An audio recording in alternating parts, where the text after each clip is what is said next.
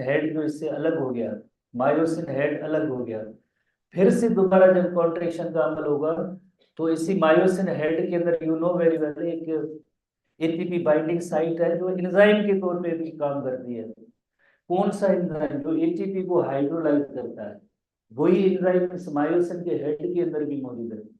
You know very well हमने पढ़ा था मायोसिन के हेड के बारे में, उसके अंदर एक एक्टिन के साथ बाइंड करने की जो एक जगह है, पॉइंट है, साइट है। नंबर 2 एटीपी के साथ भी बाइंड करने की जगह या पॉइंट है। तो एटीपी जो है ये जब इधर मायोसिन के हेड के साथ बाइंड होगा तो ये हाइड्रोलाइज होगा, हाइड्रोलाइज होगा और मायोसिन हेड दोबारा से एनर्जाइज हो जाएंगे, दोबारा से एनर्जाइज हो जाएंगे। जब भी दोबारा, जैसे देखें एटीपी इधर ये हाइड्रोलाइज हुआ, टूटा है, एडीपी प्लस बी, और मायोसिन के हेड एनर्जाइज है, बस सिग्नल मसल कॉन्ट्रेक्शन के लिए मिलेगा तो दोबारा से ये क्रॉस ब्रिज बनेगी अगेन, जो इसको पुल, जैसे आप कहें पुल करेंगे टुवर्ड्स द एम लाइन, और दोबारा से ये साइकिल जो है स्टार्ट हो जाएगा। इसी वजह से इसे कहते हैं क्रॉस ब्रिज साइकिल।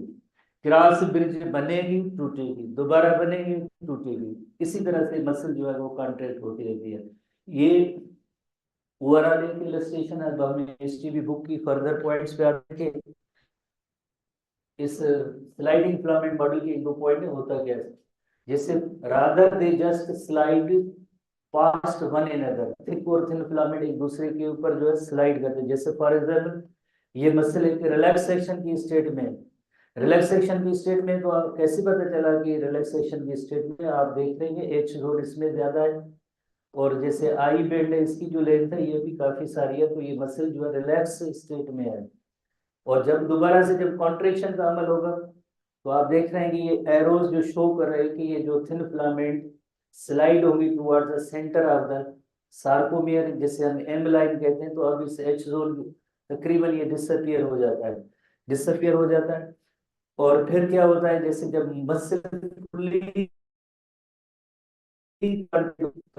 लाइन, ये भी जेड लाइन, तो इसमें तकरीबन जैसे आप कहेंगे एच जोन जो है ये अभी कॉन्ट्रेक्शन स्टार्ट हुई है, और जब कॉन्ट्रेक्शन फिनिश होगी तो एच जोन डिसअपियर हो जाएगा, ये फुली कॉन्ट्रैक्टेड मसल है। तो यही पॉइंट कि जो ये मायोफिलामेंट्स होती हैं they just slide past with each other, जैसे ये पुलिंग हो रही है towards the centre of M line तो स्लाइडिंग हो रही है with the thin filaments moving towards the centre of the sarcomere. जो पॉइंट हम बार बार रिपीट कर रहे हैं कि थिन फिलामेंट्स किस तरफ मूव करेंगे? Towards the centre of the sarcomere. Centre of the sarcomere इधर एक लाइन जो जैसे यू नो इधर एम लाइन होती है उस तरफ इसका स्लाइडिंग का जो रुख है, डायरेक्शन है towards the centre of the M line from both the side. Both the side का मतलब है जेड लाइन के इस तरफ भी जैसे थिन फिलामेंट स्लाइड करेंगे towards the centre of line, और इस तरफ से भी स्लाइड करेंगे towards the centre of line. इस वजह से ये मसल जो है फुली कॉन्ट्रैक्टेड होगी, और इस मॉडल को कहेंगे sliding filament model. So this model is called as sliding filament model of muscle contraction. Just sliding हुई है और शार्टनिंग ऑफ द सार्कोमियर हुआ है, इसे हम कहते हैं मसल कॉन्ट्रैक्शन। जस्ट स्लाइडिंग हुई है थिन और थिक फिलामेंट्स की, और स्लाइडिंग होने के बाद जैसे सार्कोमियर कि फिजिकली जैसे डिस्टेंस में कमी हुई है, शॉर्टनिंग हुई है, उसे हम कहते हैं मसल कॉन्ट्रैक्शन। ठीक है ना, कोई इतनी बड़ी पॉइंट नहीं है, जस्ट डेफिनेशन है कि है क्या, इसमें होता क्या है।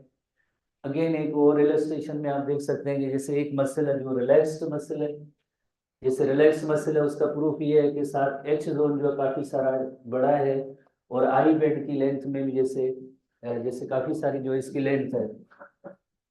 जब ये मसल कॉन्ट्रैक्ट होती है तो दोनों साइड से, जेड लाइन के दोनों साइड से थिन फिलामेंट्स मूव करेंगे towards the centre of the sarcomere, that is called M line.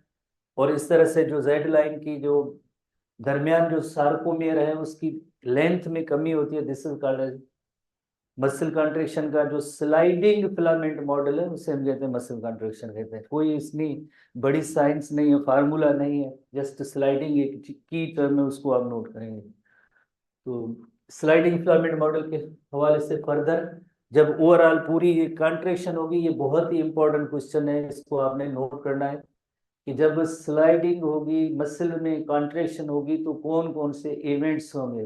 Very important question है जो हमारे एसटीबी बुक के अंदर इंक्लूड है जैसे स्लाइडिंग होगी इनकी, या दूसरे लफ्जों में हम कहेंगे मसल में कॉन्ट्रेक्शन होगी, तो कौन से इवेंट्स होंगे?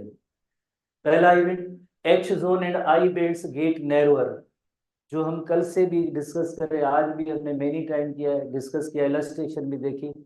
एच जोन तकरीबन जैसे डिसअपियर हो जाएगा, और आई बैंड भी जो उनकी लेंथ है उसमें भी कमी होगी। नंबर वन इवेंट जैसे ये, जब भी स्लाइडिंग होगी, मसल कॉन्ट्रेक्शन होगी, तो एच जोन और आई बैंड के हवाले से ये चेंज आएगी। एक, the regions of the regions of overlap widen, the regions of overlap widen, कौन से रीजन ओवरलैप वाले जो वाइडन होते हैं?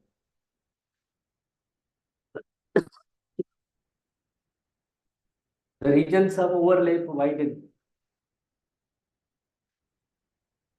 ओवरलैप जैसे आप देखें, रिलैक्स मसल के ओवरलैप रीजन कौन सा है? यहाँ पे थिन और थिक फिलामेंट है, यहाँ पे थिन और थिक फिलामेंट है, ये यहाँ पे ओवरलैपिंग हुई है, यहाँ पे ओवरलैपिंग हुई है थिन और थिक फिलामेंट्स की, ये ओवरलैपिंग इधर, ये रिलैक्स मसल के अंदर है, रिलैक्स मसल के अंदर। अब देखें ओवरलैपिंग वाले रीजन कितने बन गए ओवरलैपिंग, कोई किसी में जैसे लेंथ में किसी में फिजिकली इंक्रीज नहीं हुई है। जब ये नैरोअर होंगे तो यकीनन जो ओवरलैपिंग वाला रीजन है वो ज्यादा हो जाएगा, है यही फिलामेंट्स है, मायो फिलामेंट्स है।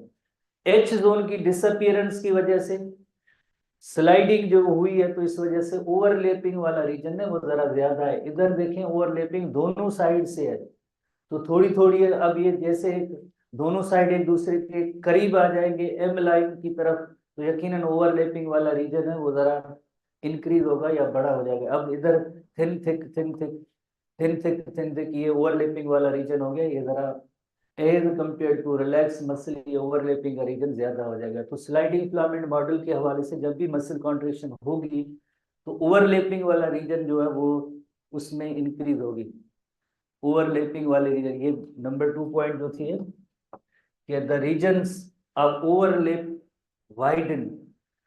तीसरी लाइक एक्टिविटी कौन सी होगी, जब भी जैसे एक हमने ये एच जोन और आई बैंड में जैसे ये कमी हुई है, नंबर 2 जैसे ओवरलैपिंग रीजन है वो जरा वाइडन हुए। और तीसरी point, Z lines move closer together, वो हमने पहले ही नोट कर लिया था, जेड लाइन एक दूसरे के करीब जैसे थोड़ा सा मूव करेंगे एम लाइन की तरफ, यकीनन तो ये जो चेंज आई है कि Z lines move closer together, बिल्कुल क्लोजर तो नहीं पर जाहिर है चेंज आई है। So shortening the sarcomere, shortening the sarcomere is a muscle contraction, जो जिससे हम कहते हैं मसल कॉन्ट्रेक्शन है वो शार्टनिंग ऑफ सार्कोमियर एक्चुअली। तो ये 3 इवेंट्स की सूरत में आप इनको याद रखें, तो कौन कौन से इवेंट्स मसल कॉन्ट्रेक्शन के दौरान होंगे?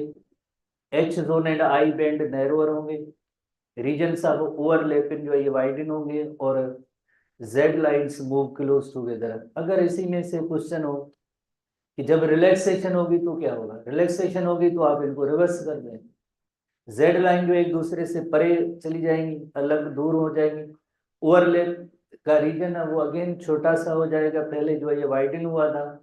और इसी तरह H zone and I band get narrower, narrower तो वापस जो रिस्टोर हो जाएगी, तो उनकी जो साइज होगी उस सार्कोमियर के अंदर वो जरा ज्यादा हो जाएगी। तो इस तरह से जब इन्हीं पॉइंट्स को आप रिवर्स करेंगे तो वो सब रिलैक्सेशन की पॉइंट हो जाएंगे। ये मसल जब कॉन्ट्रैक्ट होती है तो उनकी पॉइंट है, एसटीबी बुक का क्वेश्चन है, बहुत ही इंपॉर्टेंट क्वेश्चन है। अब हम क्रॉस ब्रिज साइकिल के हवाले से पॉइंट्स पढ़ेंगे, जो आज एसटीबी बुक का मेन टॉपिक है हमारा, cross bridge cycle. Cross bridge cycle, cross bridge किससे कहते हैं? जैसे थोड़ी देर पहले हमने पढ़ा था, जब मायोसिन का हेड जब एक्टिन के साथ बाइंड होता है, अटैच होता है, तो क्रॉस ब्रिजेस बनती है। तो मोटर न्यूरॉन रिलीज है न्यूरोट्रांसमीटर एसिटाइलकोलिन, प्रीवियस क्लासेस से हमने पढ़ा था।